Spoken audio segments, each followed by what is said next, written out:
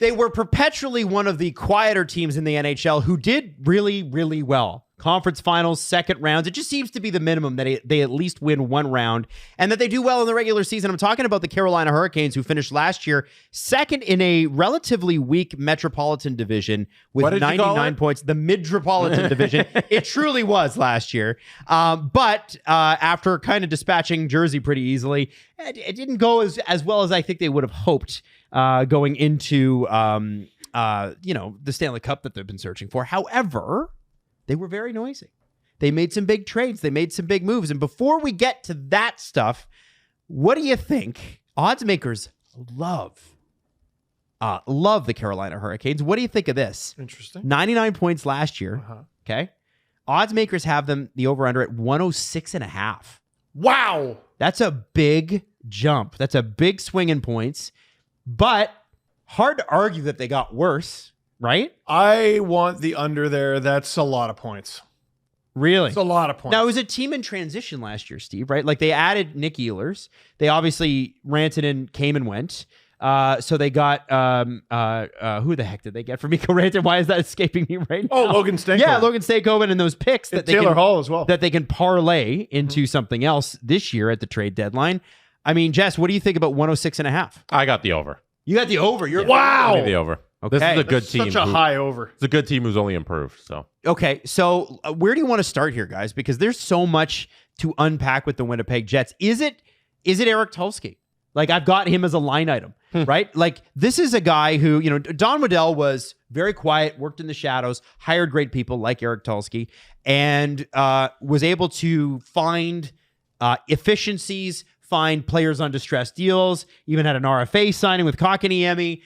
Now they're out there going, we're making big swings. The Rantanen was one. Ehlers' deal is a big deal too, $8.5 million.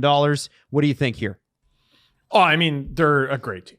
They're such a good team, a great regular season team. I'm just talking about Tulsky's influence. They do okay in the playoffs. No, I know. That's what I'm throwing to you. But they are a stereotype of like what the old guard thinks analytics teams are. Okay. And they play like it. I don't think most contending teams, I don't think a Dallas, I know for sure not a Florida, is going out and getting a Jesperi Kotkaniemi. Yeah. Right? And that was born from an offer sheet, which is something that typically GMs don't do. Going out and getting someone at the deadline, trying them out, like dating them, and then flipping them is something that has been suggested by intelligent nerds for a long time and never actually done. Yeah. So it's been interesting. It's been fun to cover. I kind of wonder how it affects the team. Yes, it can maybe keep you on your toes, and maybe that's a good thing, but I gotta wonder if there's a little air of I could get traded at any moment. Oh, yeah. I mean, yeah, sure. Why not? Unless you got one of those deals where you have trade protection. Well, like I think most GMs have loyalty to their guys to a fault. And I don't think that is a quote unquote problem for the Carolina Hurricanes, if that makes sense. They're a great team, and not a single player on this team makes over $10 million. The highest is Sebastian Aho at $9.75. Here's a crazy deal. Jacob Slavin makes $6.396 million. That is crazy. So those are all very good deals. And I wanted to point this out about the Hurricanes, so thank you for bringing it up. Those are all good deals. They have $10.6 million in cap space. And they always have this outrageous amount of cap space, and they're never able to spend it. Now, I know they wanted Mitch in the worst way, and they went out and they spent big on Ehlers. At some point, you got to use that. Well, I think they tried with Rantanen. Yeah. Well, keep trying. Keep trying. Because there's still all that. So you're expecting another big swing this year. Jesse, I look at this. I want to talk to you about one of their big swings. We'll talk Ehlers in a second. K-Andre Miller from New York. Big trade, big swing with that extension. That's a lot of belief in he's 25 years old. Did not have a good year last year, but nobody on the Rangers did.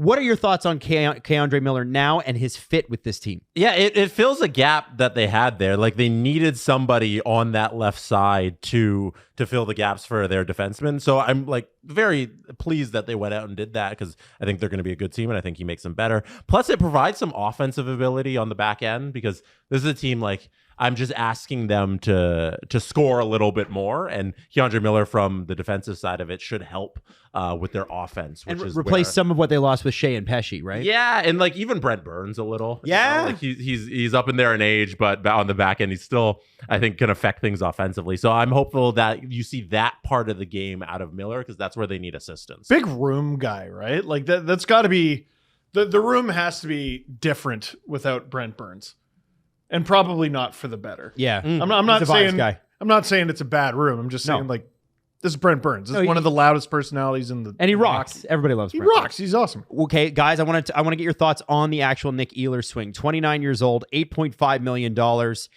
He is perennially, when given the opportunity in Winnipeg, because he wasn't always given the ice time to do it, he's like a point-a-game player, very quietly. This is a guy that was drafted one spot after William Nylander. What do we think of him at 29 years old and a fit in this lineup, which is a little bit more defensively minded, I would say, than the Winnipeg Jets? $8.5 million for a guy who hit his career high last year, and that second career high, and it was only 63 points. Is Ehlers still? Are you saying he's overrated? No, I'm saying it's a lot of money. he was not given a lot of opportunity, especially under Boness. Yes. I agree with that. I'm saying, this is a Carolina Hurricane made in a lab. He's been a Hurricane his whole life. He just played for the Jets. He is a smallish guy who was always underutilized by the old school, and now he's in Carolina. Yeah, that's a Hurricane made in a lab. They're going to score. They're going to be an impossible team to get the puck off of. Yep. They're going to score so many goals. They're going to outshoot everyone.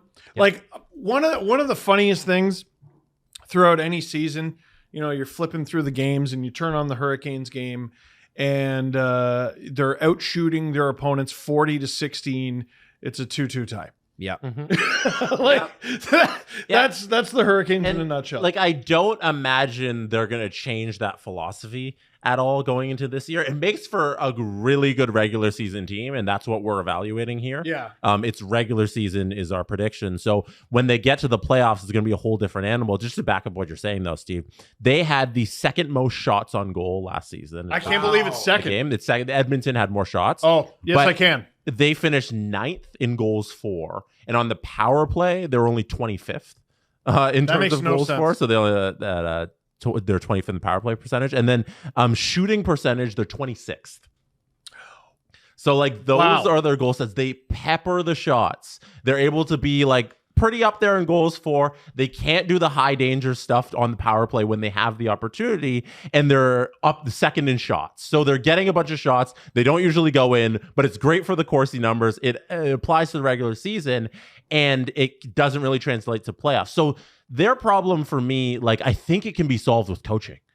Like, for me, like, if you can just figure out how to get your guys to get more shots that are going to go in the back of the net, because you're getting shots, but convert those, limit maybe the number you take, and wait for the right opportunities. If they can coach that into their players, I think the things you're missing in terms of the players you have can just be solved by, like, having a better power play. Throw it out there. Don't take 10 shots on the power play. Take 5 that are more high quality.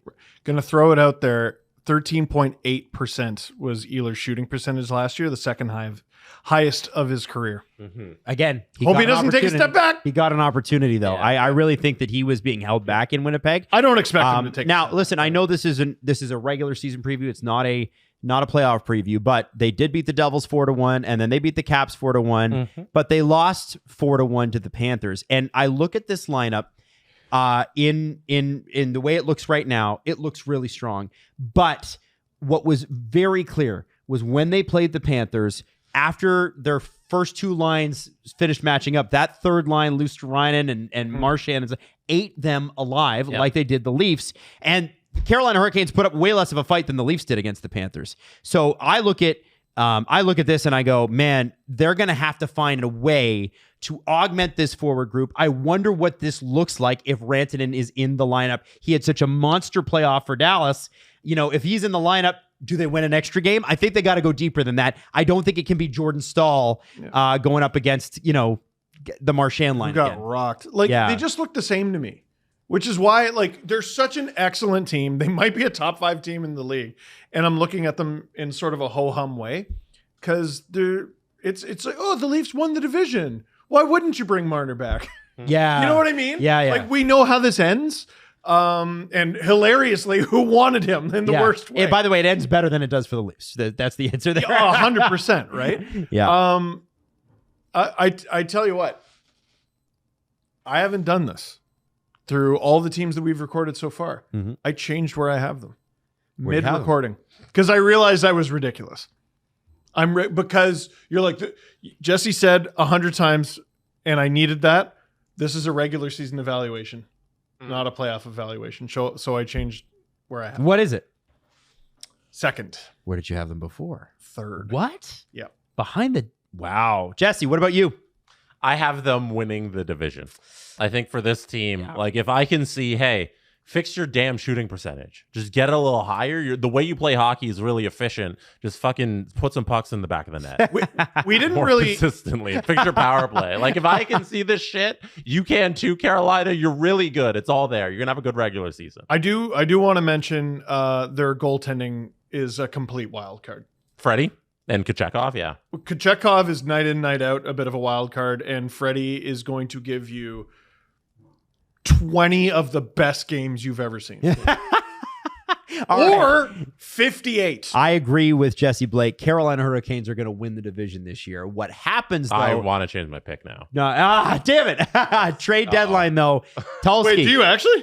I don't know. I don't want to be just siding with Adam He doesn't trust me. It can't. Oh, it can't be good omen. Go third. Make me look stupid. No, I'll stick with it. Carolina Hurricanes are winning the division this year for sure. But the question is, what do they do at the trade deadline? Because that's going to be key.